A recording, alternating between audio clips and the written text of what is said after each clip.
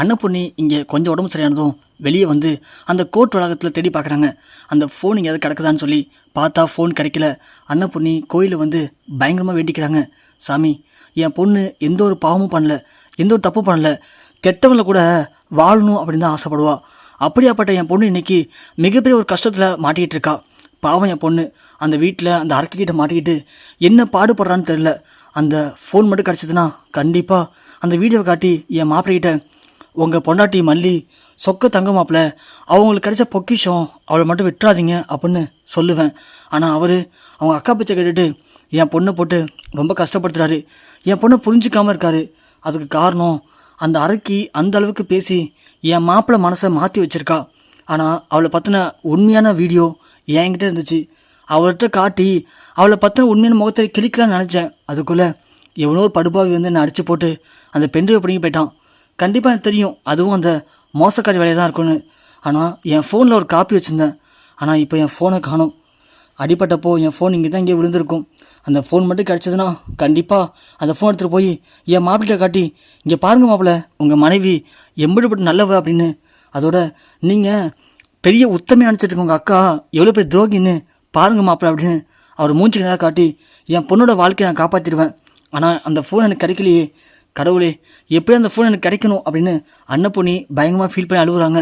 அப்போதைக்கு அந்த பக்கம் வந்து ஒரு அண்ணன், என்னாச்சுமா, ஏன் இவ்வளோ கஷ்டப்பட்டு அழுவுறீங்க, வேறு பாவம் உடம்பு சரியா இல்லாமல் தெரியுது, தள்ள வர கட்டு போட்டுக்கிங்க, அழாதீங்கம்மா அப்படின்னு சொல்ல, இல்லைண்ணே என் பொண்ணோட வாழ்க்கை இன்னைக்கு ஊஞ்சாடிக்கிட்டு இருக்கு.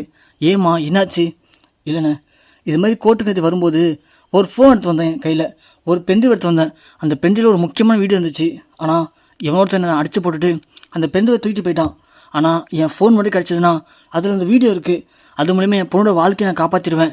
ஆனால் என் ஃபோனு காணுன்னு அப்படின்னு சொல்ல, என்னம்மா சொல்கிறேன், உன் ஃபோன் காணுமா, இங்கே வாமா, இந்த கோர்ட்டில் அந்த இடத்துல சிசிடிவி கேமரா இருக்கு போடுமா கடையில், அந்த கடையில் இருக்க கேமரா போய் பார்த்தோம்னா உன்னை அடிச்சு போடுறது யார், உன் ஃபோன் எடுத்து போடுறது யாருன்னு அப்படின்னு எல்லாமே தெரிஞ்சிருமா அப்படின்னு அந்த அண்ணன் சொல்கிறாங்க. உடனே அண்ணன் பொண்ணி அந்த கடையில் போயிட்டு விசாரிக்கிறாங்க. அவங்களும் சிசிடிவி கேமரா பார்த்துட்டு பார்த்தா அந்த கூட்ட வர ஒரு லேடி தான் அந்த ஃபோன் எடுத்து போயிருக்காங்க. அன்னபொண்ணி அவங்கள பார்த்து நேராக போய் கேட்டு அந்த ஃபோனையும் வாங்குறாங்க. வாங்கி பார்த்தா உள்ள வீடியோ இருக்குது. உடனே அன்னபொண்ணி நேராக கிளம்பி வீட்டுக்கு வராங்க. வீட்டுக்கு வந்து கூப்பிட்றாங்க, மல்லி மல்லின்னு. பார்த்தா விஜய் வராரு, ராஜி வராங்க. ராஜி வந்து, ஏய் ஒரு நேரம் இப்போ இங்கே வர சொன்னா என்ன, அந்த மல்லி அமுச்சுட்டாளா அப்படின்னு கேட்க, என்ன மல்லி அமுச்சுட்டாளா? ஏய் ராஜி, என் பொண்ணு மல்லி எங்க? உன் பொண்ணு மல்லியா? உன் பொண்ணு மல்லி பண்ண காரியத்துக்கு விஜய் கடுப்பாகி அடித்து தோத்தாக்காரியா வீட்டோட வெளியே அமிச்சிட்டான். என்ன வீட்டோட அமிச்சிட்டிங்களா? என்னம்மா போல சொல்கிறாங்க உங்கள் அக்கா, என் பொண்ணு வீட்டோட வெளியே அமிச்சிட்டிங்களா? ஆமாங்க, வீட்டோட வெளியே அமிச்சிட்டேன். இப்போ என்ன பண்ணுவீங்க அதுக்கு? ஏன் மாப்பிள்ள, என் பொண்ணு என்ன மாப்பிள்ள தப்பு பண்ணாங்க? எதுக்கு மாப்பிள்ள வீட்டோட அமிச்சிங்க? என்ன தப்பு பண்ணாளா?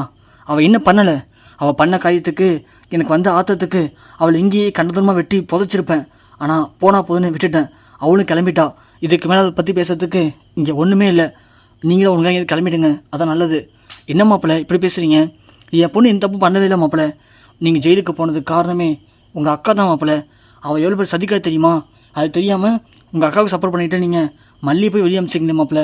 மல்லி உங்களுக்கு கிடைச்ச பொக்கிஷம் மாப்பிள்ள. அப்படியே அப்படி பொக்கிஷத்தை போய் இழந்துட்டீங்களே மாப்பிள்ள. போதும் நிப்பாட்டுங்க. மல்லி எனக்கு பொக்கிஷம் இல்லை, அவள் ஒரு விஷம், ஒரு விஷ பாவம் மாதிரி. எந்த நேரம் பார்த்தாலும் விஷத்தை கக்கிக்கிட்டே இருக்கா. அவள் கூட இருக்கும்போது எனக்கு நிம்மதியே இல்லை. இப்போது அவள் வீட்டில் இல்லை, நான் நிம்மதியாக இருக்கேன். எனக்கு இந்த நிம்மதியே போதும். அவளை என் வாழ்க்கையில் கொண்டு வந்தது நான் பண்ண மிகப்பெரிய முட்டாள்தனம். போதும் நிப்பாட்டுங்க மாப்பிள்ள. என்ன இப்படிலாம் பேசுகிறீங்க? என் பொண்ணு உங்கள் வாழ்க்கையில் அடித்த முட்டாள்தனமா? என் பொண்ணு மட்டும் இல்லைனா உங்கள் வாழ்க்கையில் உங்கள் உயிர்னு சொல்கிறீங்க வெண்பா, அவள் இருந்திருக்க மாட்டா அவங்க கூட. போதும் நிப்பாட்டுங்க. எப்போ பார்த்தாலும் மல்லி வந்தால்தான் எனக்கு சந்தோஷம், நிம்மதி. என் பொண்ணு என் கூட இருக்கான்னு நீங்களாவே பேசிகிட்டு இருக்கீங்க. நான் சொன்னா அப்படி, நான் சொன்னா அப்படின்னு கேட்க, போதும் நிப்பாட்டுங்க மாப்பிள்ள. இதுக்கு முன்னாடி உங்கள்கிட்ட பேசி புரிய கேட்கல எந்த ஒரு அவசியமும் இல்லை. ஆனால் போகிறதுக்கு முன்னாடி கடைசி ஒரு வீடியோ காட்டுறேன், அதை பார்த்துக்கோங்க. பார்த்ததுக்கப்புறம் என்ன பண்ணணும் அப்படிங்கிறத நீங்களே முடிவு பண்ணிக்கோங்க அப்படின்னு அண்ணன் பண்ணி வீடியோ காட்டுறாங்க. பார்த்தா அந்த வீடியோவில் ஏற்கனவே நம்ம ராஜேஸ்வரி வீரத்தனமாக இதெல்லாம் பண்ணது யார், எதுக்கு பண்ண அப்படின்னு ஒரு ஸ்பீச் கொடுத்தாங்க இல்லையா, அந்த வீடியோ தான் காட்டுறாங்க அண்ணன் பண்ணி. அதை பார்த்தும் விஜய் சமாச்சாக்க வராரு. பார்த்ததும் அக்கா என்னக்கா அதெல்லாம் அப்படின்னு கேட்க, இல்லை விஜய் இவங்க ஏதோ பிரார்த்தனை பண்ணுறாங்க, ஏதோ மார்ஃபிங் பண்ணுறாங்க போடா அப்படின்னு சொல்ல, அக்கா போதும் நிப்பாட்டுக்கா, உன்னை போய் மார்ஃபிங் பண்ணுறாங்களா? சி, அவள் மல்லி சொன்னதெல்லாம் உண்மைதானா? அப்போது இதெல்லாம் உனக்கு தெரியும், ஏற்கனவே தெரிஞ்சுக்கிட்டு நீ திட்டம் போட்டு தான் மல்லி எங்கே நம்மள்ட்ட உண்மை சொல்லிட்டானா நம்பிடுவேன் அப்படின்னு என்னை குழப்பி விட்டுருக்க, அப்படி தானேக்கா? ஏன்க்கா அப்படி பண்ண? உன்னை அக்காவாக தான் நினச்சேன், இல்லை உன்னை என் அம்மாவாக நினச்சேன். ஆனால் நீ என்ன ஒரு மனுஷன் கூட மதிக்கல. எனக்கு எப்படிக்கா இவ்வளோ துரோகத்தை பண்ணுறது உனக்கு மனசு வந்துச்சு? உனக்கு இந்த சொத்துலாம் வேணும்னு சொல்லியிருந்தேனா நானே விட்டு கொடுத்துட்டு அமைதியாக ஒதுங்கி போயிருப்பேனக்கா. அதை விட்டுட்டு சொத்துக்கு ஆசைப்பட்டு என்ன இவ்வளோ அசிங்கப்படுத்திட்டியாக்கா? சி, நீலாம் ஒரு பொம்பளையாக்கா, போதுக்கா, உன்னை நம்பி நான் ஏமாந்த வரைக்கும் போதும் அப்படின்னு சொல்ல வெண்பா உடனே, டாடா இப்போயாச்சும் புரியுதா மல்லியம்மா பற்றி? நான் தான் அப்போவே சொன்னால நீங்கள் பார்க்குறது எல்லாமே உண்மை கிடையாது அப்படின்னு. எல்லோரும் உங்கள்கிட்ட வெளிவேஷம் போகிறாங்க டாடா, ஆனால் உங்களுக்கு பின்னாடி இவங்க எல்லோரும் உங்களை ஏமாத்துறாங்க டாடா. இதை மல்லியம்மா தெரிஞ்சுக்கிட்டு தான் உங்கள்கிட்ட உண்மையை சொல்லணும்னு நினச்சாங்க. ஆனால் நீங்கள் மல்லியம்மாவை புரிஞ்சிக்காம மல்லியம்மாவை பேசி கஷ்டப்படுத்தி அவங்க மனசை நோக்கடிச்சு வீட்டை விட்டு அமிச்சிட்டிங்களே, ஏன்டா இப்படி பண்ணீங்க அப்படின்னு கேட்க விஜய் உடனே, சாரி வெண்பா, சாரிம்மா, நான் இப்போ தான் புரிஞ்சுக்கிட்டேன்.